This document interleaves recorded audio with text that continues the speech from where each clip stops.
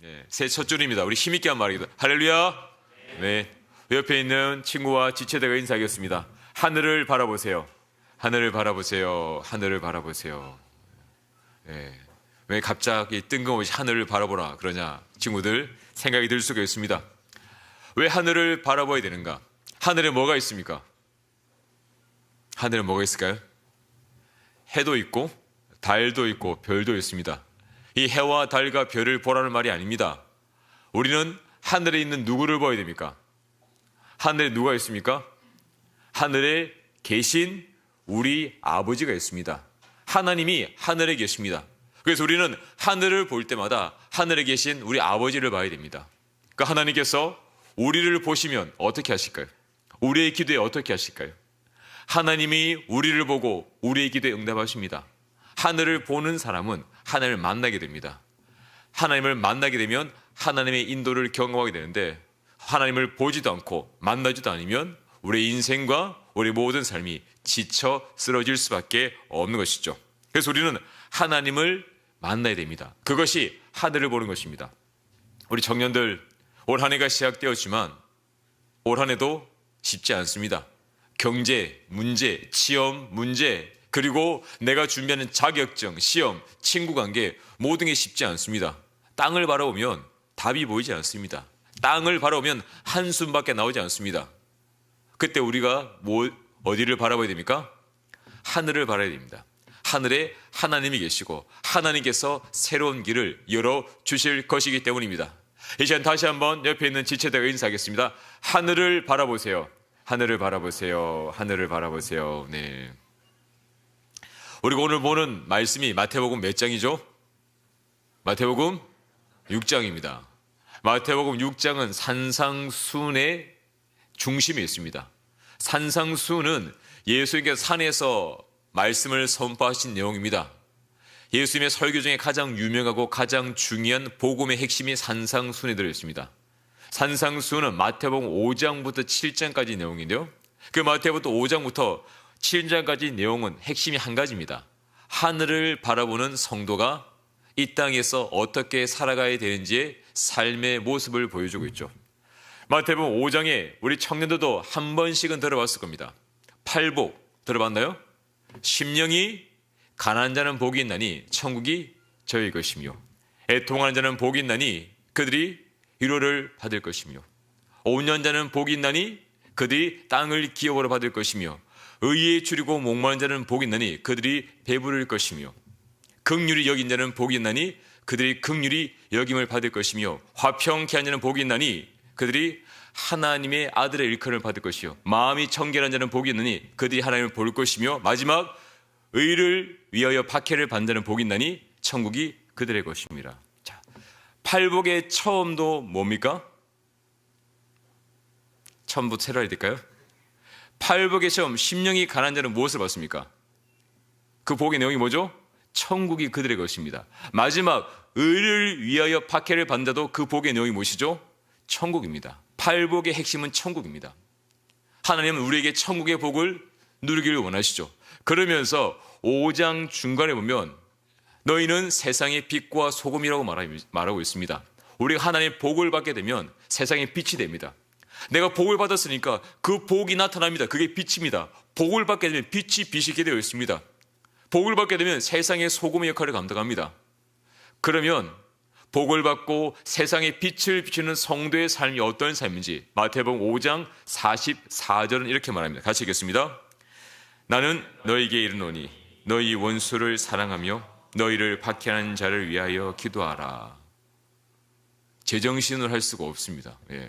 원수는 때려잡아야죠. 근데 원수를 사랑하래요. 나를 괴롭히는 사람을 기도하래요. 어떻게 이럴 수 있습니까? 내가 복을 받았으니까, 내가 받은 복이 너무 많으니까 원수조차도 사랑할 수 있습니다. 복 받았으니까.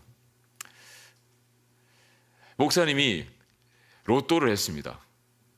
1등 당첨되었습니다. 사실이 아닙니다. 네. 그런데 로또 1등이 당첨돼가지고 은행에 그 로또 당첨된 금액을 바꾸러 가는데 길을 가다가 돌부리에 걸려 넘어졌어요. 옷이 찢어졌습니다. 웃음이 나올까요? 눈물이 나올까요? 웃음이 나옵니다. 왜? 이거 찢어도 괜찮아요. 왜? 로또 1등 당첨인데 이 정도쯤이야 뭐 피가 나도 병원에 안 갑니다. 빨리 은행 가서 그 돈 바꿔가지고 내가 하고 싶은 거 하고 집도 사고 차도 사고 하고 싶은 거 하고 성형교도 새로 짓고, 여기 얼마나 할 일이 많습니까? 그렇기 때문에 로또 당첨되면 길 가다 넘어져도 그 정도쯤이야 넘어갈 수 있습니다. 안 그럴까요? 우리가 하나님을 믿고 천국을 소유한 것은 로또와 비교할 수 없습니다. 그러니까 천국을 소유하니까 원수조차도 사랑할 수 있고 용서할 수 있는 힘이 내 안에 있는 겁니다. 내가 받은 복이 너무 크기 때문이죠. 자, 그러면 그런 복을 받고 6장에 넘어가게 되면 복 받은 자의 삶의 특징이 3가지 나옵니다. 6장의 주제는 3가지입니다. 첫 번째는 구제, 두 번째는 기도, 세 번째는 금식. 하나님의 복을 받으니까 그 복을 나눠주는 게 구제입니다. 하나님의 복을 받아서 하나님께 기도할 수 있습니다. 이게 6장의 삶이죠. 그리고 마태복음 7장 산상수훈의 마지막은 비판하지 않습니다. 사람들을 비판하지 않습니다. 싸우지 않습니다. 그리고 하나님께 구할 수 있습니다. 하나님이 내 길에 응답하실 것을 믿기 때문이죠. 그 유명한 구절이 마태복음 7장 7절 8절입니다. 같이 읽겠습니다. 구하라 그리하면 너에게 주실 것이요 찾으라 그리하면 찾아낼 것이요 문을 두드리라 그리하면 너에게 열릴 것이니 구하는 이마다 받을 것이요 찾는 이는 찾아낼 것이요 두드리는 이에게는 열릴 것이니라. 이게 산상수훈의 마지막 7장에 나오는 내용입니다. 산상수훈의 핵심은 한 가지입니다. 하나님의 자녀들이 이 땅에서 어떻게 살아가야 되는지에 대한 삶의 모습을 보여주는 것이죠. 하나님의 자녀들은 세상의 기준을 따르지 않습니다. 세상의 기준을 초월합니다. 우리는 세상에 속한 자가 아닙니다. 세상과 다른 말과 다른 행동을 할 수가 있습니다. 그 이유가 무엇입니까? 우리의 목적지가 다르기 때문입니다. 세상 사람들의 목적지는 세상입니다. 이 땅에서 잘 먹고 잘 살고 큰 집에서 좋은 여행 가고 이 땅에서 모든 것을 다 해야 됩니다. 왜? 이 땅의 삶이 끝이니까. 그들은 죽으면 끝입니다. 이 땅이 끝입니다. 그래서 이 땅에서 남의 것도 빼앗고 거짓말하고 다투어도 내가 좋은 걸 먹어야 되고 내가 원하는 걸 다 해야 됩니다. 이 땅이 끝이기 때문이죠. 하지만 하나님의 자녀들의 목적지는 이 땅이 아닙니다. 우리 목적지는 어디입니까? 천국입니다. 우리의 목적지는 천국이기 때문에 다른 말을 할 수 있고 다른 행동을 할 수가 있는 것이죠. 세상은 죽음이 끝이라고 말합니다. 하지만 우리에게는 죽음이 끝이 아닙니다. 세상은 싸워서 이겨야 된다고 말합니다. 빼앗아야 된다고 말합니다. 하지만 성경은 나누어주라고 말합니다. 세상은 자신을 사랑하라고 말하지만 성경은 누구를 사랑하라고 말합니까? 내 이웃을 사랑하고 원수까지 사랑하라고 말합니다. 세상은 살아야 된다고 말합니다. 하지만 성경은요, 우리 보고 죽으라고 말합니다. 내 욕심과 내 생각을 십자가에 못 박으라고 말합니다. 우리가 함께 성경 암송을 하지 않았지만 오늘 1월 첫째 주 우리 작년 예배 때 함께 외웠던 성경 구절이 갈라디아서 2장 20절 말씀입니다. 우리 동철이는 외울 수 있을 것 같아. 맞지? 머리도 이쁘게 했는데 다음에 기회를 줄게. 갈라디아 2장 20절 내가 그리스도와 함께 어디에 못 박혔다고요? 십자가에 못 박혔나니. 십자가에 못 박히는 건 죽는 겁니다. 우리는 주님 강에 십자가에 못 박혀야 됩니다. 죽어야 됩니다. 그래야지만 주님이 내 안에 살아나시고 주의 뜻이 이루어지기 때문입니다. 천국은 누가 갑니까? 주님을 믿고 믿음으로 죽은 자들이 천국에 가기 때문이죠. 우리는 죽음이 두렵지 않습니다. 무섭지 않습니다. 하나님을 믿기 때문입니다. 이런 내용들이 산상수훈의 핵심적인 내용이고요. 오늘 우리가 살펴볼 6장에는 3가지 주제가 있다고 얘기 드렸죠. 이제 기억이 안 날 겁니다. 안 나죠? 정상입니다. 지금 밥을 먹고 지금 식곤증에 앉아 있는 것만 해도 기적인데, 자, 3가지 주제. 첫 번째 뭐였죠? 구제. 두 번째 기도. 세 번째 금식입니다. 오늘은 구제와 기도에 관한 내용을 중심으로 다룰 텐데요. 구제와 기도와 금식의 중심 내용은 똑같습니다. 그거는 사랑입니다. 이웃을 사랑하면 구제하게 됩니다. 하나님을 사랑하면 기도하게 됩니다. 하나님을 사랑하면 금식하게 되는 것이죠. 그러면 우리 1절, 오늘 마태복음 6장 1절 말씀 같이 보겠습니다. 사람에게 보이려고 그들 앞에서 너희 의를 행하지 않도록 주의하라. 그리하지 아니하면 하늘에 계신 너희 아버지께 상을 받지 못하느니라. 여기서 의가 나오죠. 너희 의. 이 의가 쉬운 성경에는 착한 행실, 구제라고 말합니다. 사람 앞에 보이려고 우리는 구제할 수 있습니다. 착한 척 할 수 있습니다. 착한 행동 할 수 있습니다. 그러나 그렇게 사람 앞에서 행동하게 되면 누구에게 상을 받지 못합니까? 하나님 아버지께 상을 받지 못한다고 말하고 있습니다. 구제의 대상은 사람입니다. 어려움을 당하는 사람을 도와주는 게 구제입니다. 그 구제를 우리가 왜 해야 됩니까? 힘든 사람을 도와주는 것이 하나님의 뜻이기 때문입니다. 하나님이 내 이웃을 내 몸과 같이 사랑하라고 했기 때문이죠. 그러면 누가 구제합니까? 돈 많은 사람, 시간 많은 사람 아닙니다. 돈이 많다고 시간이 많다고 돕지 않습니다. 구제는요, 기도하는 사람이 구제할 수 있습니다. 사도행전 10장 31절 한번 보겠습니다. 같이 읽겠습니다. 말하되 고넬료야, 하나님이 내 기도를 기억하셨으니. 고넬료는 이방인입니다. 그런데 그 이방인이 하나님께 기도합니다. 하나님께 기도하는 삶을 사니까 구제를 하게 됩니다. 이방인도 하나님의 뜻을 순종하는 것이죠. 여기서 기억해야 되는 것은 하나님은 우리의 기도는 어떻게 하십니까? 들으십니다. 우리의 기도는 들으십니다. 우리의 구제는 기억하십니다.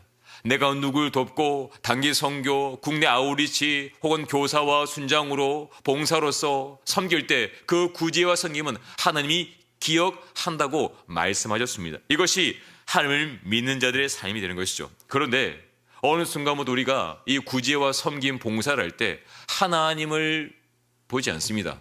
누굴 봅니까? 사람을 봅니다. 오늘 찬양이 끝난 다음에 하나님 영광 받으신 것이 아니라 사람들의 반응을 봅니다.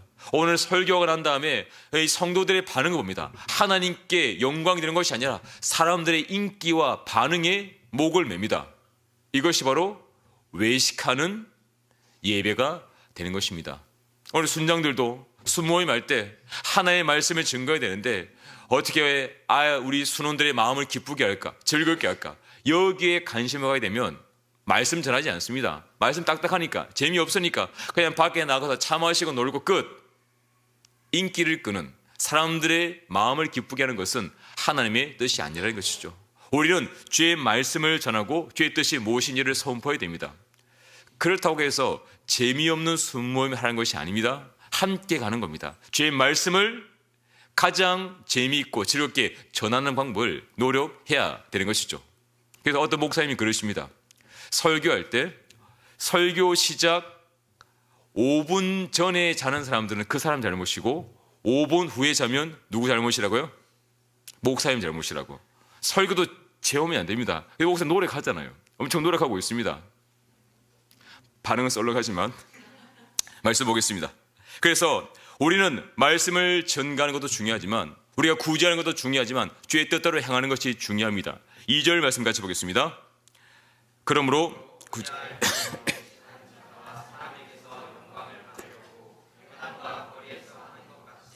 이 앞에 나팔을 진실로 너에게 이르 그들은 자기 상을 이미 받았느니라. 우리는 2절 말씀을 기억해야 됩니다.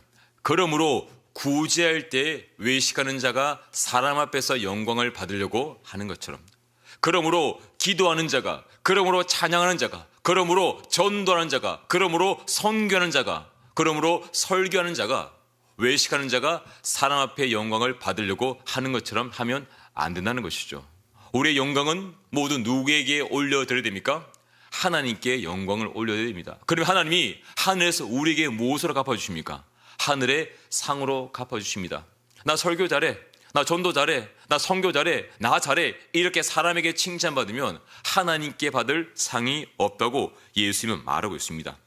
여기 2절에 외식이라는 단어가 나옵니다. 외식. 우리 목사님 막내가 제일 좋아하는 게 외식입니다. 밖에 나가서 밥 먹는 거 말하는 거 아닙니다. 외식은 연기, 그 다음에 가짜를 말합니다. 가면을 쓰는 것이 외식이죠. 속에 마음은 그렇지 않으면서 말과 행동은 다르게 합니다.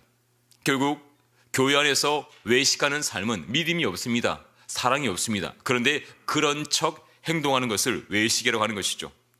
외식하는 자의 특징이 2절에 나오는데, 외식하는 자는 무엇을 붑니까?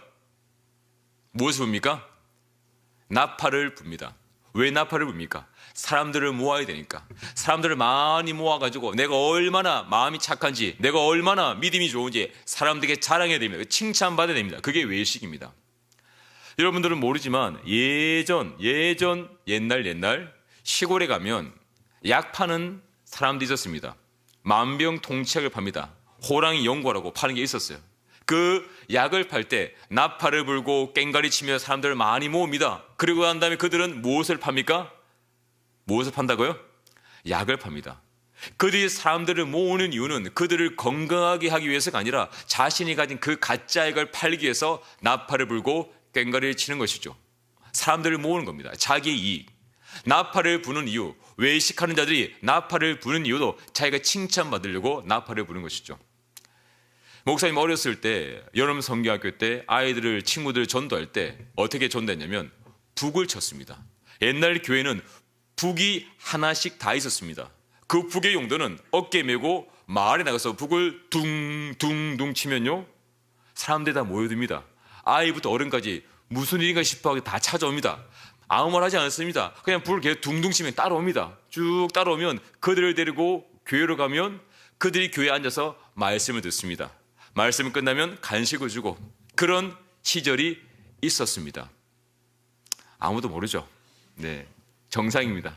그럴 때 북을 치면 사람이 모입니다. 나팔을 불면 사람이 모입니다. 나팔을 불어서 외식한 자들은 사람을 모아서 자신의 영광을 받습니다. 하지만 우리는 북을 쳐서 사람들을 모아서 하나님께 영광을 올려야 됩니다. 이 예배도 마찬가지입니다. 왜 모였습니까? 왜 순모임합니까? 왜 성현교회가 이 자리에 세워졌습니까? 하나님께 영광이 되기 위해서입니다. 하나님을 믿고 하나님을 찬양하기 위해서죠. 그래서 주님은 3절 4절 우리 이러한 삶을 살라고 말씀하십니다. 3절 4절 말씀 같이 보겠습니다. 너는 구제할 때 오른손이 하는 것을 왼손이 모르게 하여 내 구제함을 은밀하게 하라. 은밀한 중에 보시는 너희 아버지께서 갚으시리라. 구제할 때 오른손이 하는 것을 누가 모르게 하라고요? 왼손이 모르게 하라. 이런 사람이 있을까요, 없을까요? 네, 있으면 정상이 아닙니다. 오른손이 한 일을 왼손이 왜 모릅니까? 다 알죠. 하지만 이것을 모르게 하라는 것은 두 가지 의미가 있습니다. 잊어버리는 말입니다. 오른손이 한 일을 굳이 떠들지 말고 말하지 말고 잊어버리라. 왼손조차 모를 정도로 잊어버리는 말입니다. 그리고 남에게 알리지 말라는 것이죠. 가장 가까운, 오른손이 가장 가까운 사람은 왼손입니다. 알리지 말라는 겁니다. 말하지 말라는 말이죠. 그리고 4절 말씀 보시면 그 구제할 때 어떻게 구제하라고요? 은밀하게. 구제함은 은밀하게 하는 것입니다. 은밀은 헬러로 크립토스, 영어로 시크릿, 비밀을 말하죠. 왜 비밀스럽게 구제해야 됩니까? 남을 도와줄 때 나 누구 도와줬어, 나 누구 밥 사줬어, 누구 해줬어 라고 말하면 그 도움받는 사람이 때로는 부끄러울 수 있고, 그 구제가 되지 않을 수가 있기 때문입니다. 구제는 조용히 돕는 것입니다. 알려지는 것은 어쩔 수 없습니다. 그러나 내 입으로 말하면 안 되는 것이죠. 내가 구제해놓고 내가 말한다는 것은 바로 외식입니다. 자기가 영광을 받는 행위이기 때문이죠. 자, 그래서 하나님은 구제뿐만이 아니라 우리에게 기도도 어떤 기도의 모습으로 해야 되는지 5절 말하고 있습니다. 같이 한번 읽겠습니다. 또 너희는 기도할 때 외식하는 자와 같이 하지 말라. 그들은 사람에게 보이려고 회당과 큰 거리 여기에 서서 기도하기를 좋아하느니라. 내가 진실로 너희에게 이르노니 그들은 자기 상을 이미 받았느니라. 구제하는 사람과 기도하는 사람의 모습은 똑같습니다. 외식으로 구제하는 사람은 외식으로 기도합니다. 다른 사람에게 보이려고 하는 사람들은 모든 것을 보이려고 합니다. 진실로 기도하는 사람은 진실로 구제하게 됩니다. 사람들의 시선을 의지하지 않습니다. 하나님이 아시기 때문이죠. 외식적인 기도는 사람에게 하는 기도입니다. 아름다운 말로 길게 기도하고 큰 목소리로 기도합니다. 사람들이 다 들을 수 있도록 큰 목소리로 기도합니다. 이거는 하나님께 고백하는 것이 아니라 사람에게 고백하는 기도입니다. 그 기도가 누가복음 18장 10절 12절 나옵니다. 같이 읽겠습니다. 두 사람이 기도하러 성전에 올라가니 하나는 바리새인이요 하나는 세리라. 바리새인은 서서 따로 기도하여 이르되 하나님이여 나는 다른 사람들 곧 토색, 불의, 간음을 하는 자들과 같이 아니하고 이 세리와도 같이 아니함을 감사하나이다. 나는 일에 2번 금식하고 또 소득의 11조를 드리나이다 하고. 바리새인과 세리가 함께 올라가서 기도합니다. 세리는 성전에서 기도합니다. 세리와 가까이 가지도 않습니다. 이 기도는 자세히 들어보시면 자랑입니다. 나는 다른 사람들과 다릅니다. 하나님, 토색도 하지 않고 불의도 하지 않고 간음도 하지 않습니다. 저 세리와도 같지 않습니다. 하나님, 저는 일일에 2번 금식합니다. 1일은 7일이죠. 일주일에 2번 금식합니다. 소득의 11조를 꼬박꼬박 드리고 있습니다. 자, 하나님이 이 바리새인이 금식하고 11조 드리는 걸 알고 있습니까? 모르고 있습니까? 하나님이면 알고 있죠. 하나님이 알고 있는데 왜 기도합니까? 기도할 필요가 없습니다. 이거는 하나님께 하는 기도가 아니라 사람이 하는 기도입니다. 자신을 드러내는 기도죠. 이 기도를 들은 하나님은 누가복음 18장 13절 14절을 분명히 말합니다. 이 바리새인은 의롭다함을 받지 못하고 세리는 의롭다함을 받느라고. 세리는 다른 기도하지 않습니다. 주여 저는 죄인입니다. 고개를 들지 못하고 기도합니다. 그런데 이렇게 짧게 기도한 세리는 하나님께 칭찬하고 이렇게 길게 기도하고 11조 내고 그리고 금식하고 경건한 삶을 산다고 말했던 바리새인은 하나님이 의롭다 하지 않습니다. 왜요? 사람에게 자랑하기 때문에. 자신의 신앙생활을 자랑합니다. 이것이 바로 하나님이 싫어하시는 외식적인 기도가 되는 것이죠. 그래서 바리새인은 사람의 기도한 겁니다. 세리는 하나님께 기도했기 때문이죠. 하나님께 기도하는 사람들은 그 기도할 때 나타나는 증거가 있습니다. 하나님께 기도하는 사람들은 여기서 기도합니다. 그게 어딜까요? 6절입니다. 같이 읽겠습니다. 너는 기도할 때 내 골방에 들어가 문을 닫고 은밀한 중에 계신 내 아버지께 기도하라. 은밀한 중에 보시는 내 아버지께서 갚으시리라.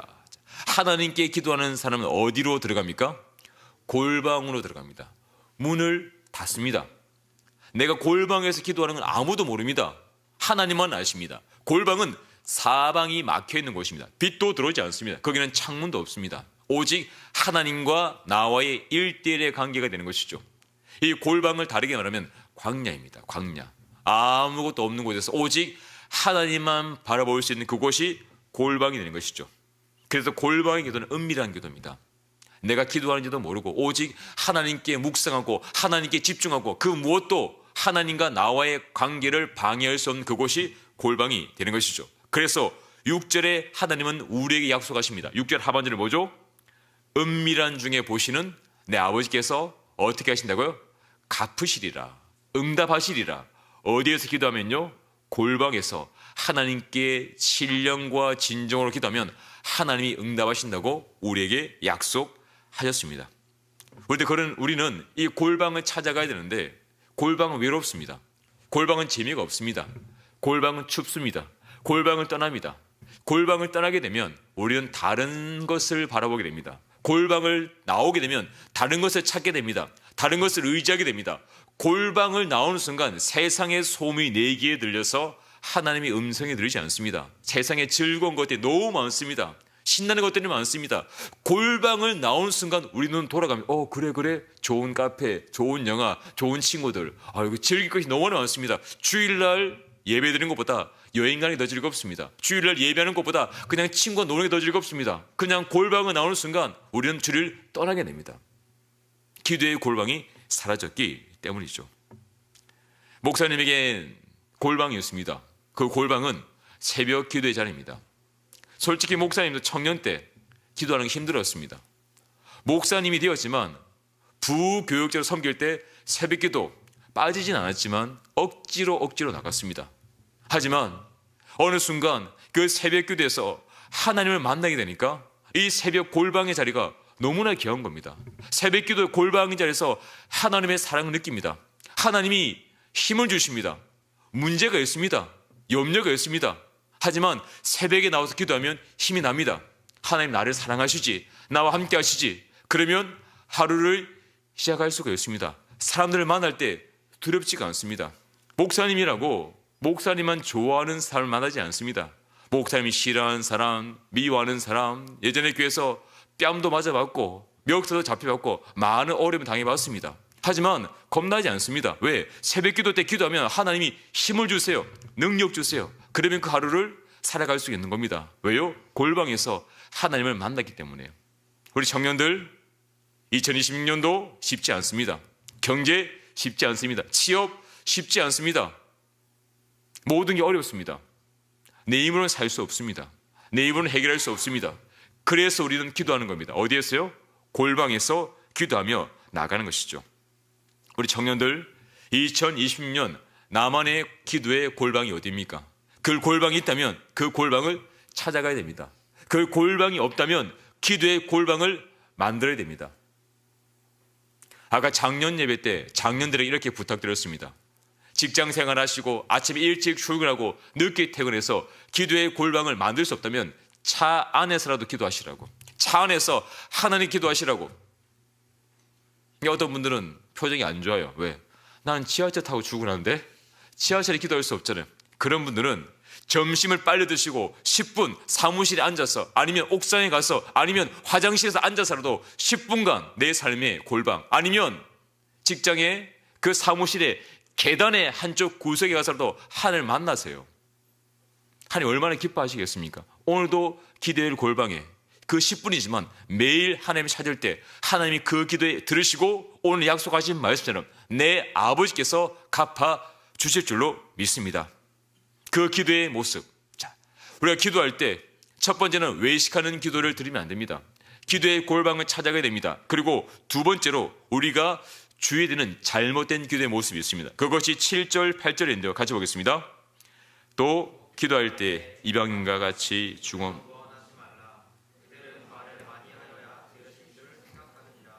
그러므로 그들을 본받지 말라. 구하기 전에 너에게 있어야 할 것을 하나님 너희 아버지께서 아시느니라.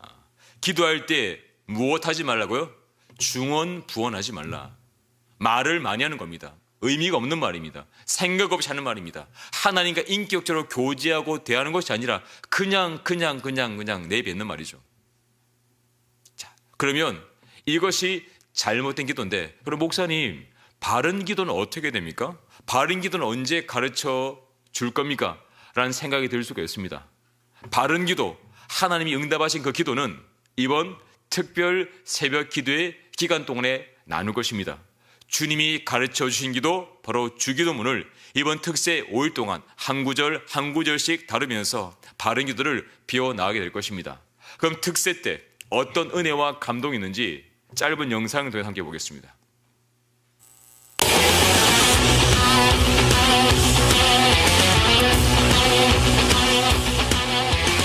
주여 인도하소서.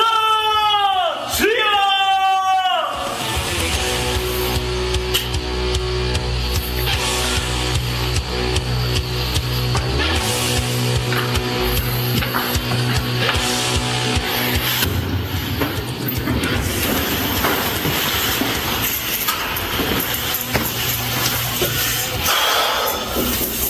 기도 아주 좋았어. 특세 아주 좋았어. 이제 식당 가보자고.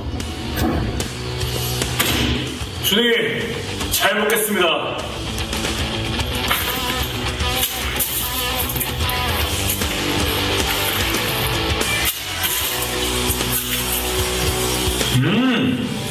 좋았어.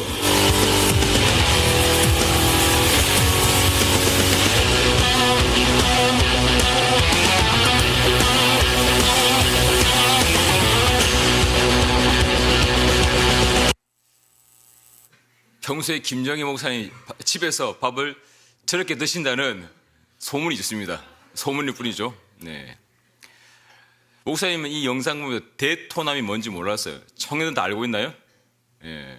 아까 2부 때 대토남을 여성 호르몬 에스트로겐, 남성 호르몬 데스트로겐 했더니만 데스트로겐 아니라 목사님 데스토스테론 이런 누가 알려주시더라고요. 우리 청년들 알고 있었어요? 일단 그런 호르몬이 있답니다. 예, 남성 호르몬, 남성적인 미가 나타나죠. 예. 우리 김정희 목사님 원래 그런가요? 네, 멋있네요. 네. 이번 수련 기대가 됩니다. 네. 뭐 하려고 그랬지? 네. 예, 그래서 잘못된 기도가 뭐냐? 잘못된 기도는 외식하는 기도입니다. 사람에게 보이려고 하는 기도죠. 또 두 번째, 잘못된 기도는 중언부언합니다. 말이 많습니다. 왜 말이 많습니까? 하나님을 설득하려고, 하나님을 이기려고. 기도는 하나님을 이기는 게 아닙니다. 기도는 하나님의 뜻을 깨닫고 그 뜻대로 우리가 순종하는 기도입니다. 기도하면 하나님의 마음을 알게 됩니다. 하나님의 뜻을 알게 되는 것이죠. 그래서 하나님의 마음을 알게 되면 우리는 다투지 않습니다. 굳이 싸우지 않습니다. 이해가 되고 용서가 됩니다. 주변에 보면 꼭 싸우는 사람이 있어요. 꼭 다투는 사람이 있어요. 또 삐지는 사람이 있습니다. 왜 그렇습니까? 하나님의 마음을 알지 못하기 때문입니다. 내 뜻대로 안 되면 삐집니다. 내 뜻대로 안 되면 싸웁니다. 왜? 하나님의 마음이 아니라 자기가 중심이 되기 때문이죠. 오늘 설교 제목 본문이 제목이 무엇이었습니까? 무엇을 바라보라? 하늘을 바라보라. 자, 그럼 반대로 하늘을 바라보지 않고 땅을 바라보면 어떻게 될까요? 땅에 무엇이 있습니까? 땅에 사람들이 있습니다. 사람들을 바라보면 사람들을 의식하게 됩니다. 그러면 외식적인 신앙 생활을 할 수밖에 없습니다. 하늘을 바라보면 하늘에 누가 계십니까? 하늘에 하나님 아버지가 계시죠. 하나님을 바라보면 하나님의 뜻대로 우리가 살아갈 수가 있는 것입니다. 땅을 바라보세요. 그러면 희망이 없습니다. 땅에는 전쟁이 넘칩니다. 지금도 우크라이나는 전쟁 중에 있고 캄보디아와 태국은 전쟁을 잠시 멈추었지만 또 언제 또 전쟁이 벌어질지 모릅니다. 세계 각국에 전쟁은 끊이지 않습니다. 우리 삶에도 계속 전쟁 같은 고통이 있는 것이죠. 땅을 바라보면 기도할 시간은 없습니다. 땅을 바라보면 내 것 빼앗기면 안 됩니다. 내 것 지켜야 됩니다. 다른 사람 빼앗아야 됩니다. 땅을 바라보면 사랑할 이유가 없습니다. 땅을 바라보면 길이 막힙니다. 땅을 바라보면 길이 막혀 있어요. 어디로 가야 되는지 길도 보이지 않습니다. 그러니까 불평이 나온 겁니다. 내 진로, 내 삶 캄캄합니다. 땅을 바라보면 올 한 해 어떻게 살아가게 될지 모릅니다. 그러니까 원망이 나는 것이죠. 그때 우리는 어디를 바라봐야 됩니까? 하늘을 바라봐야 됩니다. 하늘을 보세요. 보세요. 안 보이네요. 하늘을 보면 하늘에는 길이 있습니다. 하나님 아버지께서 길을 열어주십니다. 내가 알지 못하고 내가 보지 못했던 그 길을 하나님은 준비해 놓으셨습니다. 그래서 우리는 일이 안 될 때마다, 길이 막힐 때마다 어디를 바라봐야 됩니까? 하늘에 계신 하나님을 바라보아야 되는 것입니다. 그때 길이 열립니다. 그때 감사가 나옵니다. 찬양이 나옵니다. 우리 힘들면 땅을 보면 안 됩니다. 그럼 더 꺼집니다. 하늘을 바라보고 하나님의 살아계심과 하나님의 인도를 기다릴 때 믿음으로 걸어갈 수가 있는 것이죠. 땅을 바라보는 예수님 당시의 서기관들과 바리새인들의 고백을 요한복음 8장 4절 5절은 이렇게 말하고 있습니다. 같이 읽겠습니다. 예. 선생님.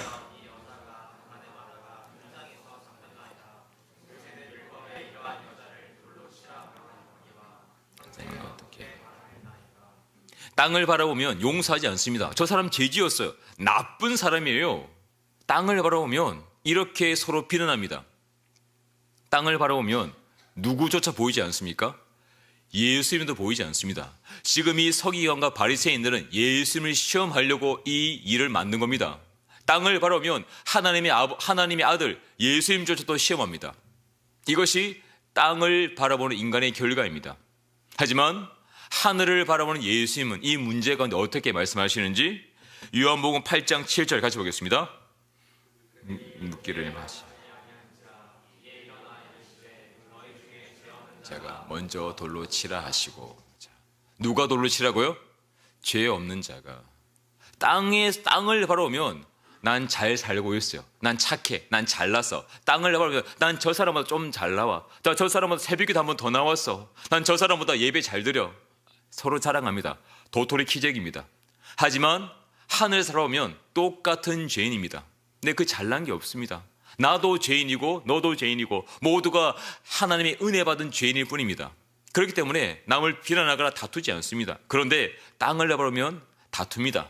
싸웁니다. 이것이 땅을 바라보는 인간의 모습이 되는 것이죠. 그래서 하늘을 바라보는 자들은 구제할 수 있습니다. 자신의 힘과 능력을 나눠줍니다. 사랑을 베풉니다. 하늘을 바라보는 자들은 비로소 참된 기도를 주님께 올려드릴 수가 있습니다. 하나님의 사랑과 뜻에 순종할 수가 있는 것이죠. 땅을 바라보면 문제가 커져 보입니다. 문제밖에 없습니다. 다 문제입니다. 이것도 문제, 저것도 문제, 저 사람도 문제, 모두가 문제입니다. 땅을 바라보면 문제투성입니다. 하지만 하늘을 바라보면 그 문제보다 크신 하나님이 보입니다. 문제는 여전합니다. 하지만 그 문제를 누가 해결할 수 있습니까? 하나님이 해결할 수 있습니다. 그 문제의 해결자를 보면 더 이상 문제가 되지 않습니다. 그게 믿음입니다. 그래서 우리는 믿음으로 하늘을 바라보아야만 하는 것이죠. 그래서 이번 특세는 다른 게 아닙니다. 하늘을 바라보는 훈련입니다. 믿음으로 매일매일 하늘을 바라보면서 그 문제를 이겨나가고 헤쳐나오고 그 문제를 승리하는 삶을 살 수 있는 것이죠. 우리 청년들, 우리 성도님들, 2026년은 하늘을 바라봄으로써 기도의 자리에서 하나님의 능력을 경험하고 매일매일 승리하는 하나님의 자녀들 복된 믿음의 삶이 되시기를 간절히 축원합니다.